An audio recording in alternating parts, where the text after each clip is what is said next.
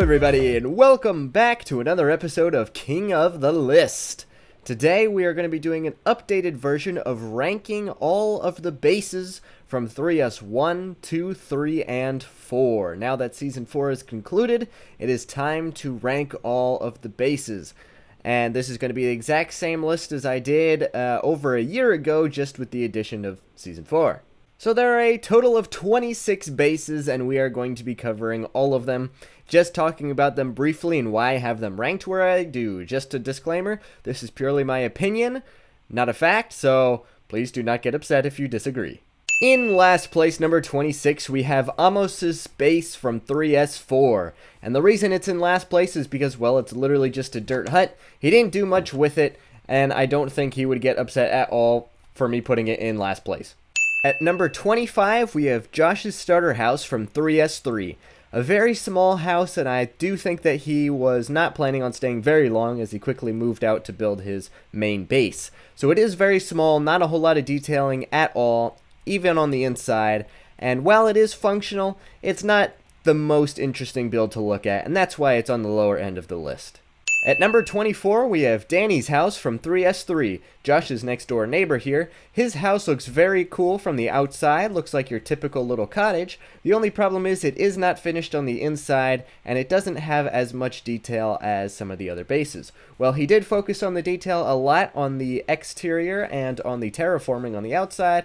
There isn't quite as much on the inside, and he never actually got to finish it.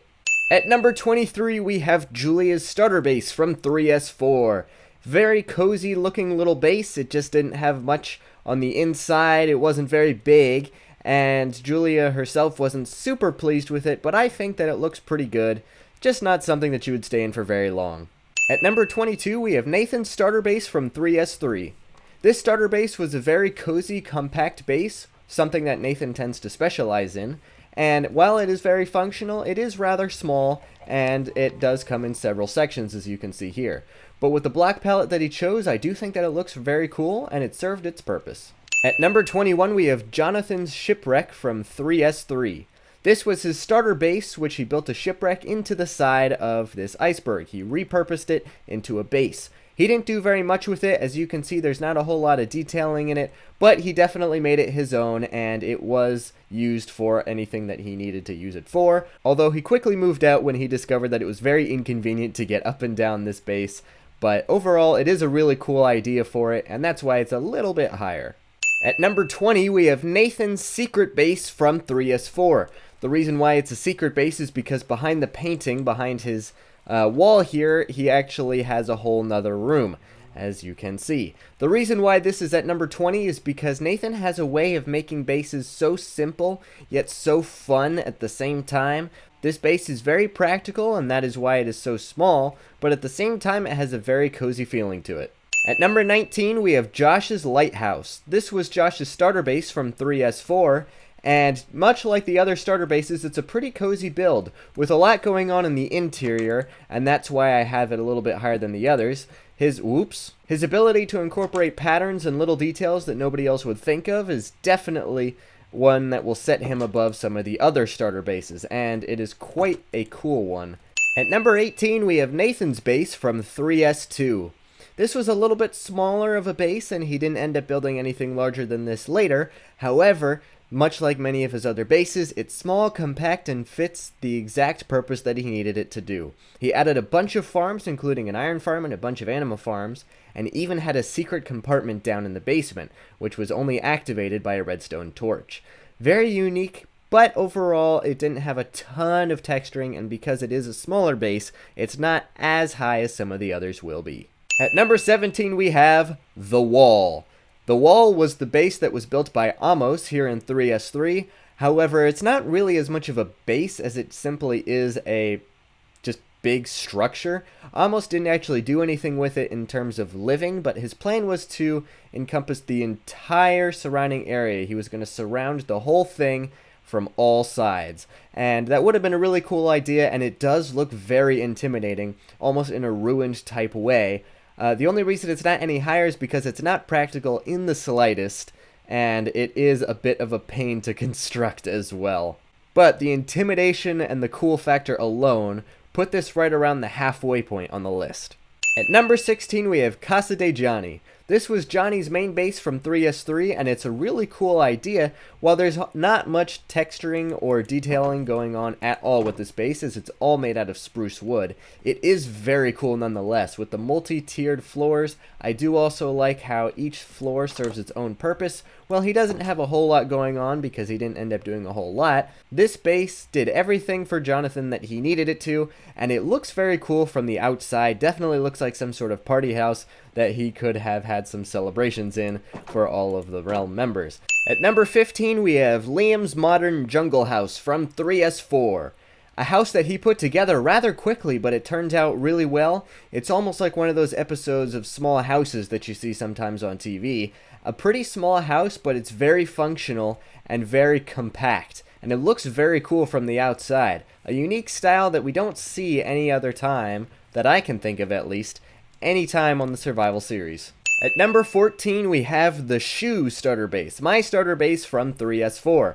I call it the Shoe because if you look at the shape here, it almost resembles a shoe or a foot. And I really like this base because of the use of gradients and the use of the storage. It's very small once again, but it is a little bit odd in the way that it's shaped, and it's not a very convenient use of space. It's not very a conventional one, as well as it has no roof to it whatsoever.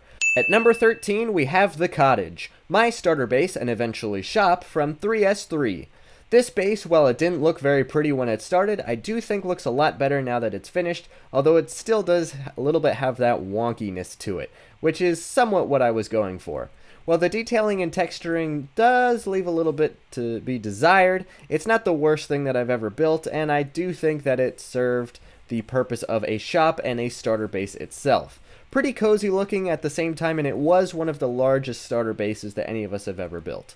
At number 12, we have the Hobbit Hole from 3S3. This was Jacob's only base from 3S3, and his use of texturing is incredible. The amount of detailing and the amount of tricks that he did with this base is insane. The only problem with this base is that he did not finish the inside, and he did not do everything that he actually wanted to do. So because it's unfinished and because it's smaller, it's a little bit lower, but definitely on the higher end of the list overall, simply because of the detailing and the aesthetic alone. At number 11, we have Josh's Castle version 1 from 3S2. This castle doesn't look quite as much like a castle as the other ones do, but walking up to it, you would have no doubt in your mind that that is what it is. He built it on top of a really strangely formed piece of a mountain, which definitely makes this look a little bit cooler. And he also added a little bit of a stable area over here and a watchtower on top of the tallest mountain that was nearby. Not a whole lot of detailing or texturing, but the castle fit his needs, and it looks very cool from both the outside and the inside. At number 10, we have the Lars Homestead, my main base from 3S2. The only reason this isn't higher is because it's pretty small. It was very compact, but it did everything that I needed it to. I know I keep saying that a lot, but just bear with me here. So it had all of the components that you could need. Stables and smelters and storage systems and enchantment rooms and all sorts of other fun things. I had farms everywhere and watchtowers, and while it was actually rather spread out, overall it was an incredibly large base, and that's why it's only in 10th and not any higher. At number 9, we have Liam's base from 3S2. Very cool from the outside and pretty cool on the inside as well. This base was never actually finished, and that's why it's not higher. But I really like the design and the style that he was going for. Very unique and not used very often in any of the survival series. But it looks very cool, and I would have loved to see what it would have looked like when it would be completed. At number 8, we have the Ewok Village, my base from 3S1.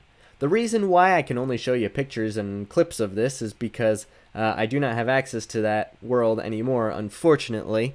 It doesn't have a ton of detail, but it was very functional in the sense that each individual hut had a different use. One was a storage system, one was an enchantment room, etc. And while it may not have been the prettiest thing to look at in the world, it's very nostalgic to me, but overall, it could have been a little bit better in my opinion. At number 7, we have Julia's Floating Island. This was for her base from 3S4, her main base at that, in which she built her own floating island over the jungle and put a little house on top. This house is really cool looking, even though it is very small. The reason why this is higher on the list is because of her use of detailing and the fact that she literally built her own floating island, something that nobody else had done thus far. The fact that it is very small, though, is the reason why it's not higher, although it's very creative, and I think it turned out really, really well. At number 6 is Josh's Castle version 2. This was his second castle that he ever built, and it was here on 3S3, much bigger than his first one that he built, with a lot more farms that are on the outside. It's a little hard to see, but they're way out there, and he even tried to fill in a whole ocean monument. Very, very cool looking. However, it did have a little bit less detail than he wanted, and while it was mostly finished, it is also somewhat hard to navigate. But the fact that he was able to build this castle so large and so much more detail than the first one definitely puts this pretty close to the top of the list. Coming in at number 5, we have the Bone Chrysler building. This was Nathan's main base from 3S4, and it is really cool, really, really tall, and all made out of bone blocks. He meant to make it after the Chrysler building, and I think he did a really good job. The only reason why it is not higher on the list is because it's smaller than his other skyscraper, and there wasn't a whole lot of detail on the inside. Of course, he only really needed the first and second floor and nothing else, so all the other floors are unfinished with just a little bit at the very top. But the fact that it is so huge and it looks so cool from the outside puts it pretty high on this list. At number 4, we have Josh's Castle version 3. This was his most recent castle, which he built on 3S4, and it is definitely the coolest of his 3 castles. Of course, this one is definitely helped by the fact that it was built on a sheer cliff on top of the mountain itself, but it is probably his biggest castle, and even though in terms of the walls and the textures, it doesn't have a lot of detail in it, and he did say himself that it is not actually finished, it does look really cool from all angles. And it is very functional as well. At number 3, taking the bronze, we have Tupaka City, my mega base from 3S3. This base was incredibly fun to make, but also very stressful at the same time, as I was basically making crop circles 3 times over, which definitely required a ton of resources. While it is a rather detailed base, it definitely gets a little bit repetitive after a while, and I'm not entirely sure if the use of space was the best. However, the scale and the aesthetic of the build is incredible, and I am very, very happy with how it turned out. At number 2, taking the silver medal, we have the ruined Yavin Temple, my mega base from 3S4. This base probably required more blocks than any other base in any other season, and it is really cool to look at with all 3 tiers. The only problem is, very much like some of the other bases, there is not a lot of texture in terms of the outside. The inside has a lot of stuff going on, and it is very practical and very cool to look at. But overall, I am incredibly proud of this base, as it is my favorite one that I have ever built.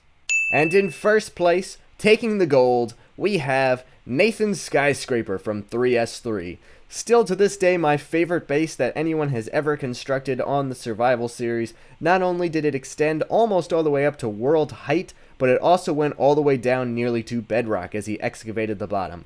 An incredible amount of detail and a lot of size to it. Many of the floors actually had something inside of them, although there were many layers that did not end up getting their own section. They did not get their own floor. Everything about this base is incredible, and I don't think any of us will be able to top something like this anytime soon. And with that being said, that is my official ranking of the bases from 3S1, 2, 3, and 4. So thank you very much for watching this video. Let me know what your top 3 favorite bases are now that Season 4 is over, and I will see you next time.